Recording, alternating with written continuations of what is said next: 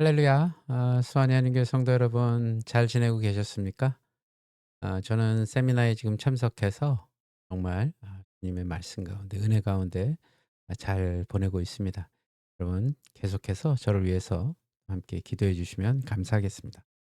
먼저 오늘 예배를 위해서 기도하고 또 예배를 시작하도록 하겠습니다. 주님 감사합니다. 오늘도 저희들에게 귀한 날 허락하시고 3일 저녁 주님 또 말씀으로 예배 가운데 또 임하게 하여 주시는 날 감사드립니다. 오늘도 이 예배를 통해 주님 영광 받아 주시옵시고 또 이 예배가 온전히 주님 앞에 상달되는 귀하고 복된 예배가 될 수 있도록 인도하여 주시옵소서. 모든 것 주님께 감사드리오며 나사렛 예수 그리스도 이름 받들어 간절히 기도드리옵나이다. 아멘. 예, 오늘 그 유튜브 밑에 보시면 링크에 제가 링크를 찬양을 두 곡을 올려놨습니다. 혹시 시작하기 전에 여기서 잠깐 멈추시고요. 찬양 두 곡 부르신 후에 다시 오셔서 말씀을 듣도록 하겠습니다. 혹시 찬양을 안 하신 분은 지금 가셔서 다시 듣도록 하겠습니다. 자, 그러면 들으신 분들은 오늘 주님께서 저희들에게 주신 말씀은 마태복음 5장 계속해서 1절에서 10절까지입니다. 8복 중에서 오늘이 일곱 번째 복이죠. 그래서 화평하게 하는 자는 복이 있나니 그들이 하나님의 아들이라 일컬음을 받을 것이며라는 제목입니다. 함께 또 화평하는 자가 어떤 복을 받는지를 함께 또 은혜를 나눠보도록 하겠습니다. 먼저 오늘 본문 우리 한 절씩 교독하시는데 오늘은 방송이니까 제가 1절부터 10절까지 우리 함께 읽도록 하겠습니다. 함께 읽도록 하겠습니다. 예수께서 무리를 보시고 산에 올라가 앉으시니 제자들이 나온지라 입을 열어 가르쳐 이르시되 심령이 가난한 자는 복이 있나니 천국이 그들의 것이며 애통하는 자는 복이 있나니 그들이 위로를 받을 것이며 온유한 자는 복이 있나니 그들이 땅을 기업으로 받을 것이며 의에 주르고 목마른 자는 복이 있나니 그들이 배부를 것이며 긍휼히 여기는 자는 복이 있나니 그들이 긍휼히 여김을 받을 것이며 마음이 청결한 자는 복이 있나니 그들이 하나님을 볼 것이며 화평하게 하는 자는 복이 있나니 그들이 하나님의 아들이라 일컬음을 받을 것이며 의를 위하여 박해를 받는 자는 복이 있나니 천국이 그들의 것임이라. 아멘. 예, 오늘 제목처럼 화평하게 하는 자는 복이 있나니 그들이 하나님의 아들이라 일컬음을 받을 것이며라는 겁니다. 여러분 예수님이 그 오늘 일곱 번째 복에 대해서 함께 우리가 묵상할 때 오늘 이 말씀 요절을 한번 좀 잘 눈여겨서 한번 보시기 바랍니다. 화평하게 하는 자는 복이 있나니 그들이 하나님의 아들이라 일컬음을 받을 것이라고 말씀하시잖아요. 근데 이 말씀을 좀 깊이 생각해 보면 예수님께서는 그냥 단순히 평화를 사랑하는 사람이 아니라 화평하게 하는 자, 즉 적극적으로 평화를 만들어가는 사람들을 축복하셨다는 사실을 좀 우리가 눈여겨봐야 합니다.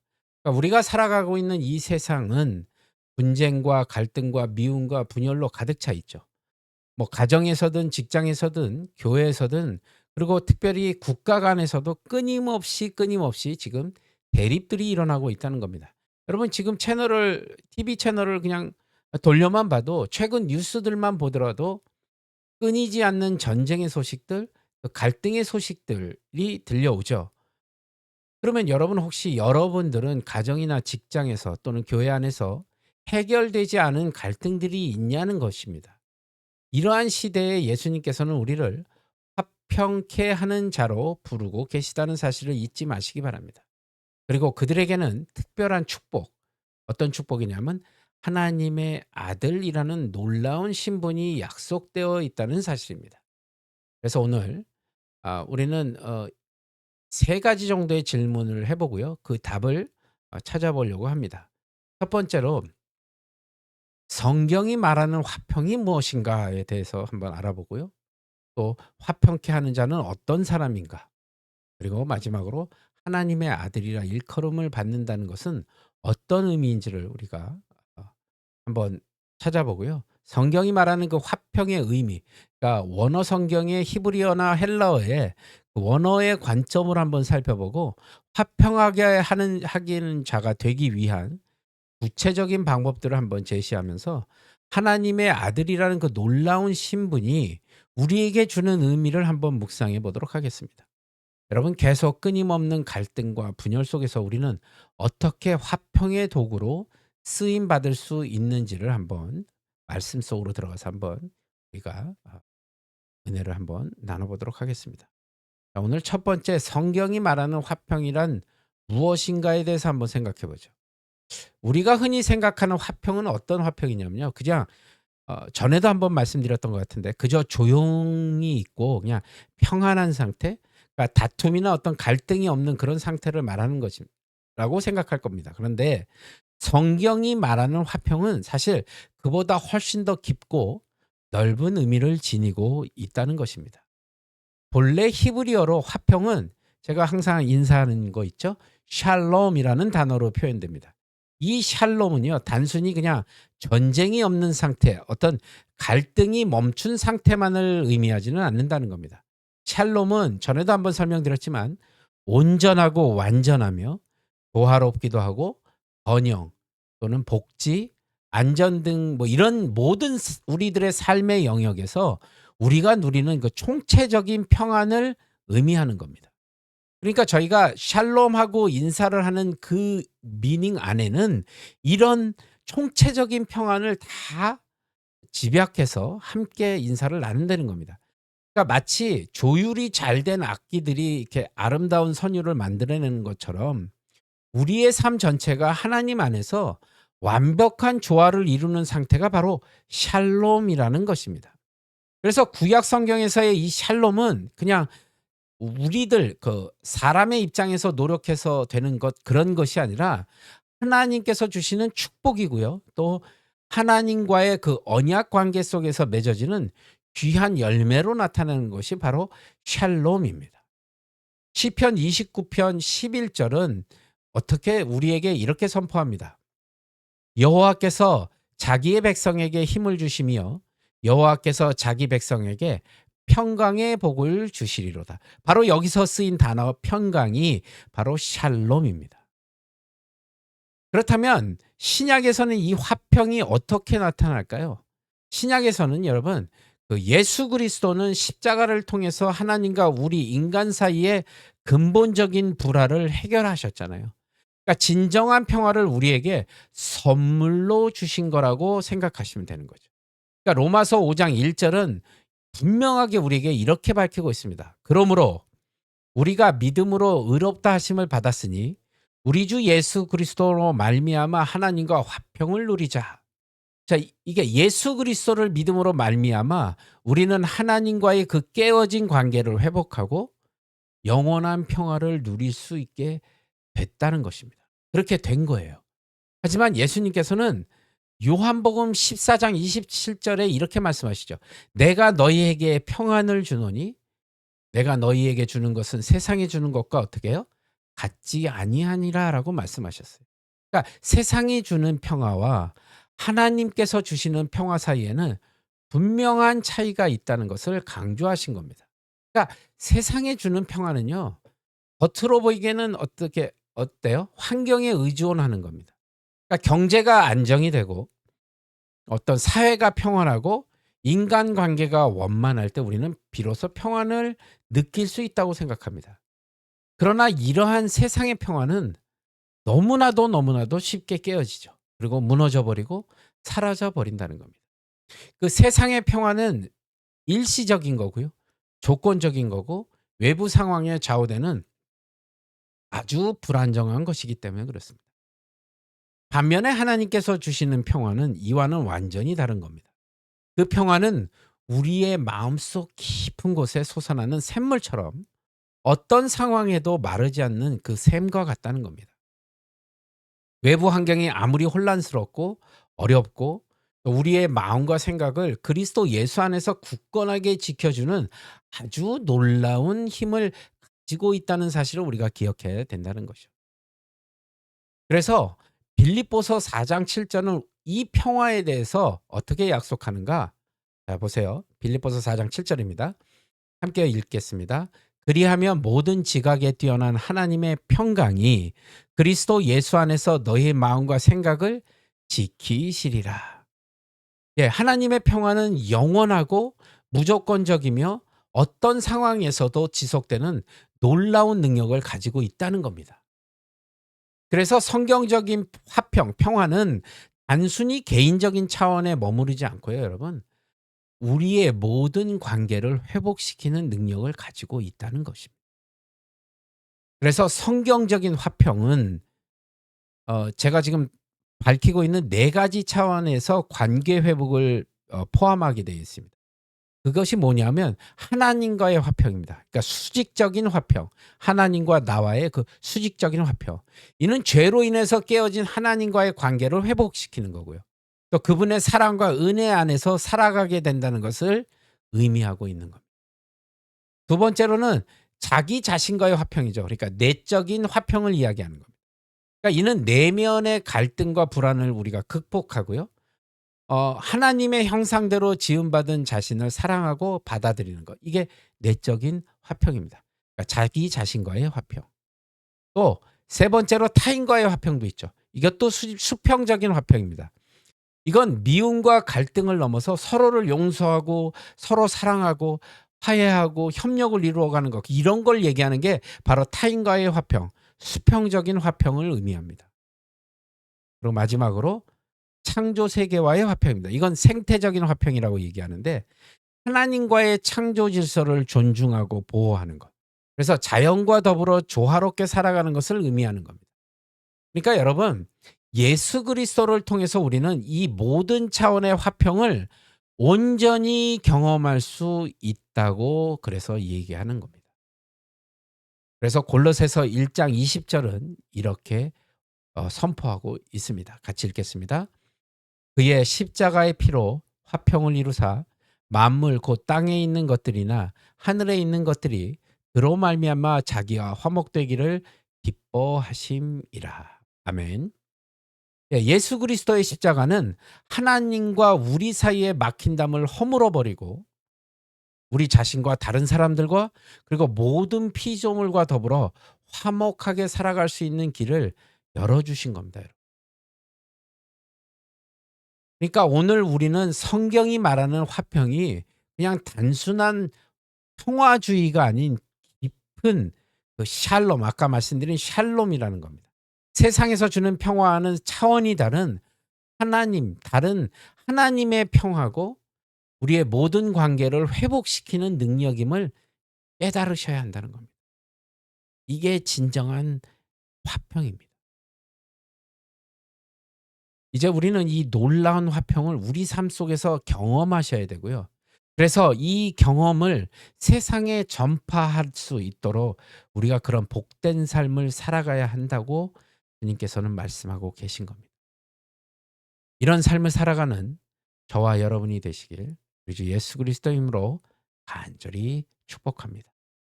자, 그러면 오늘 말한 화평케 하는 자는 그러면 어떤 사람인가라는 겁니다. 화평케 하는 자는 어떤 사람인가? 자, 여러분, 화평케 하는 자는요, 구체적으로 단순히 평화를 좋아하는 사람이 아닙니다. 화평하게 하는 자라고 예수님께서 말씀하신 이유가 뭘까요? 예수님께서는요, 화평하게 하는 자는 복이 있나니라고 말씀하셨을 때 이 화평하게 하는 자라는 그 헬라어 단어를 보면 좀 이해가 더 빠르실 겁니다. 자, 보세요.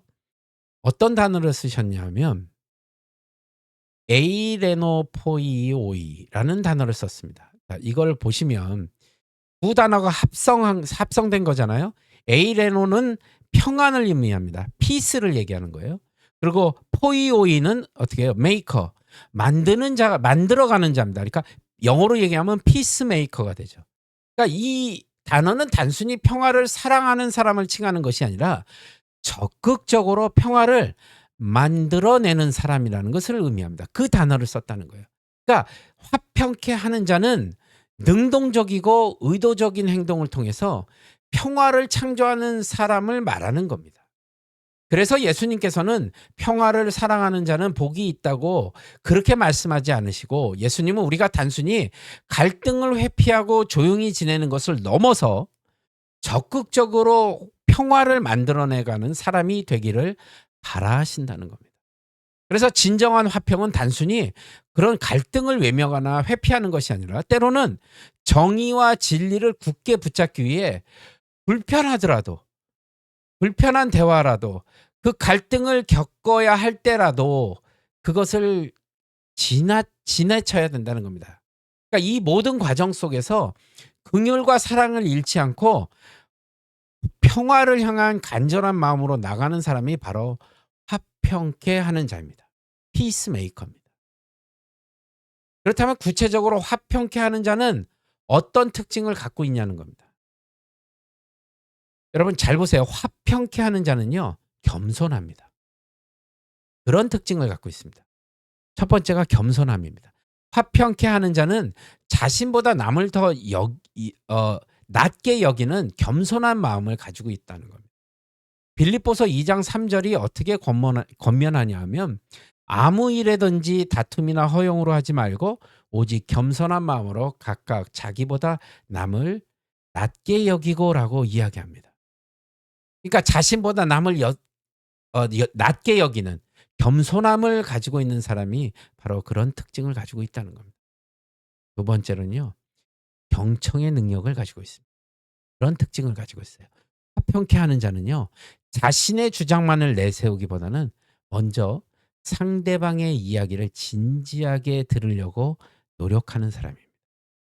야고보서 1장 19절에는 우리에게 이렇게 말씀하시죠.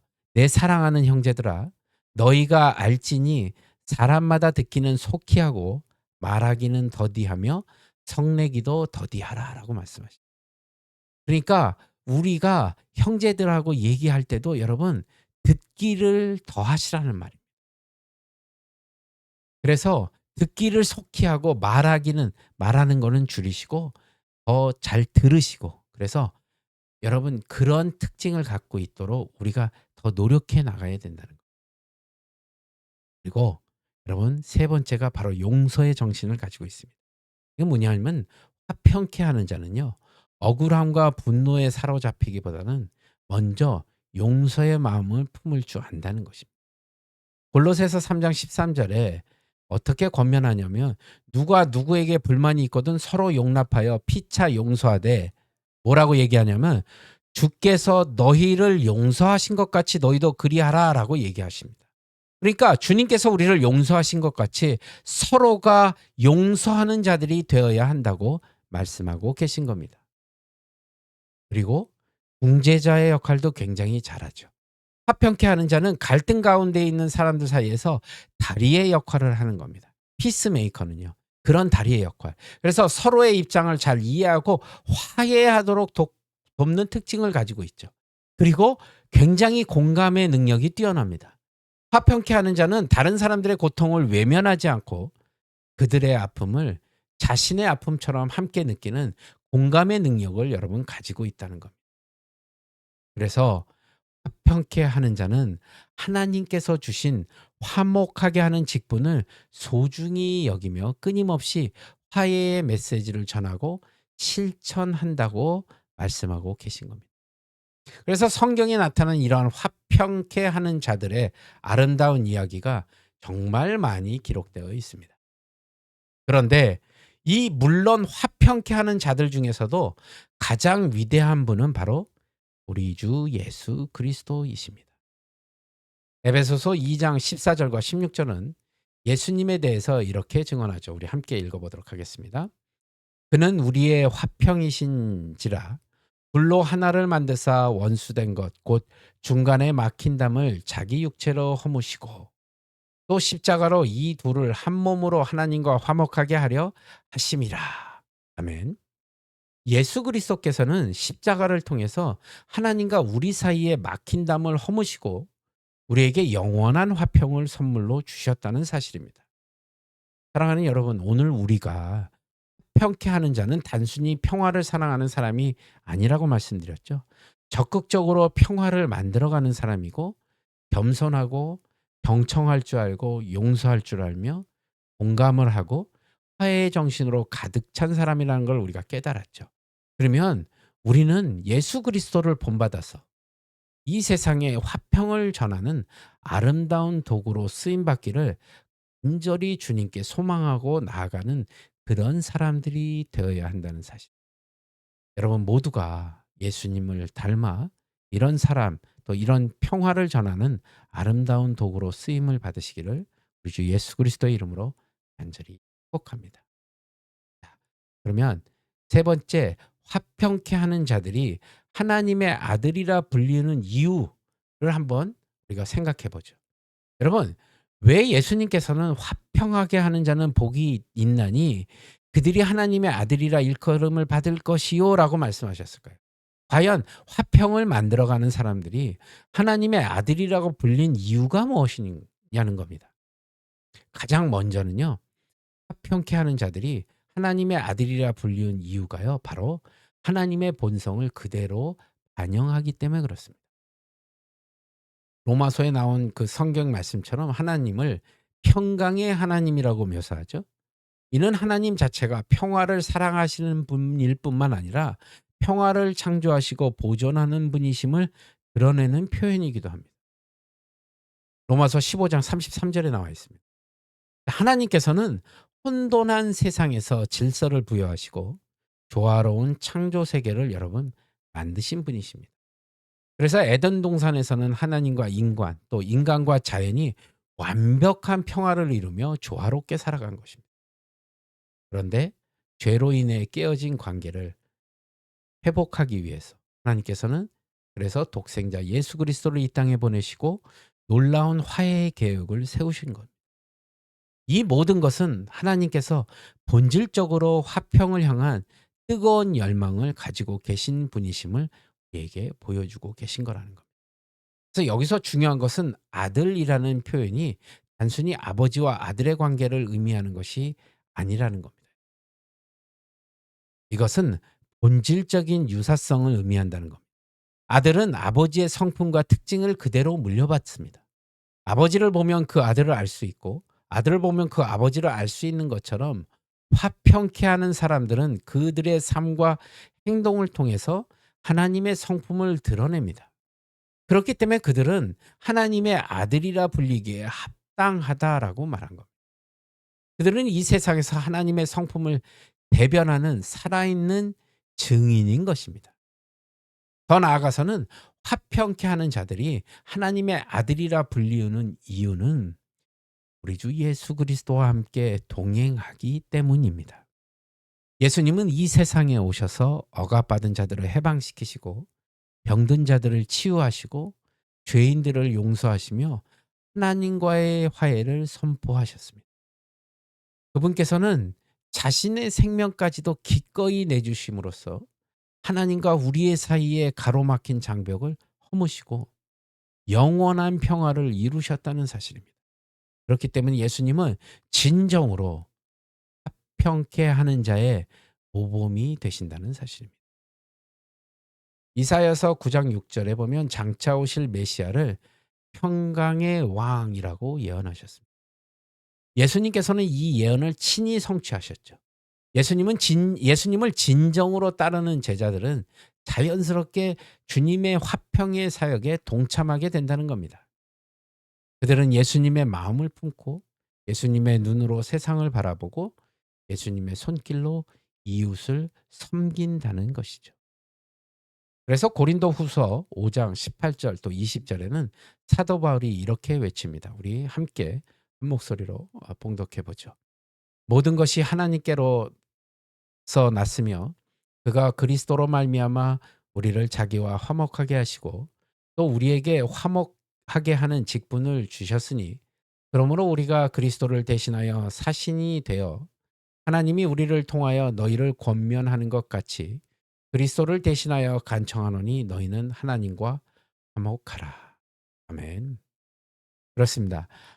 화평케 하는 자들은 바로 그리스도의 대사입니다.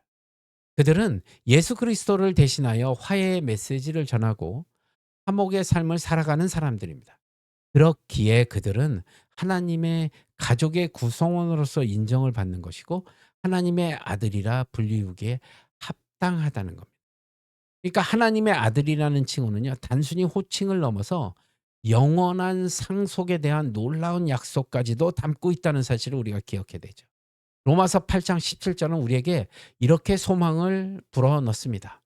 자녀이면 또한 상속자들이니 하나님의 상속자여 그리스도와 함께한 상속자니.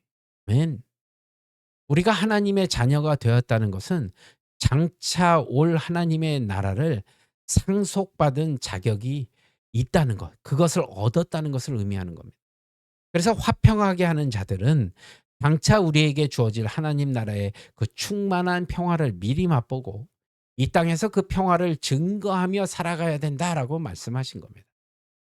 요한계시록 21장 3절 4절에 보면 새 하늘과 새 땅에서 우리가 누릴 영원한 평화에 대해서 이렇게 약속합니다. 함께 읽겠습니다.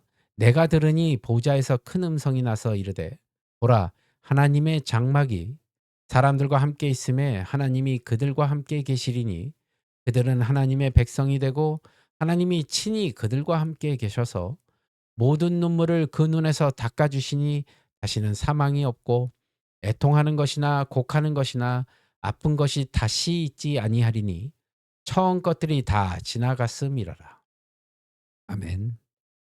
여러분, 화평케 하는 자들은 이 미래의 완전한 평화를 지금 이 땅에서 가져오는 하나님의 대리자들이라는 것입니다.